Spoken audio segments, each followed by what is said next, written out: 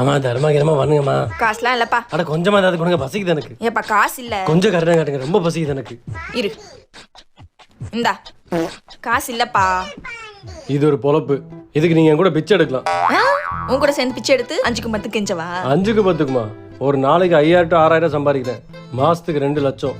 2 லட்சமா? Car petrol செலவெல்லாம் போக ஒரு 1.5 லட்சம். உன்கிட்ட கார் இருக்கா?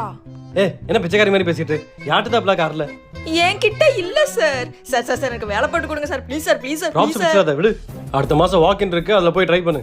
வாக்கின்ல எல்லாம் செலக்ட் ஆக மாட்டேன் சார். சிபாரிசு பண்ணிக்க சார், ப்ளீஸ் சார். சிபாரி சமையல்லே பிடிக்காத வார்த்தை. சரி பார்க்க பாவமா இருக்க, எந்திரி. சரி இரு, ஃபர்ஸ்ட் உனக்கு போஸ்ட் சொல்லி தரேன். இந்த இப்படி நெளி. இப்ப வாய் அப்படியே ஏன்னு கோணிக்க. இப்ப ஐயா அப்படி கெஞ்சு. ஐயா. பெர்ஃபெக்ட், பிச்சைக்காரி மாதிரியே இருக்கு. ஆனா நான் 60,000 மேல 1 ரூபா கூட தர மாட்டேன். சார்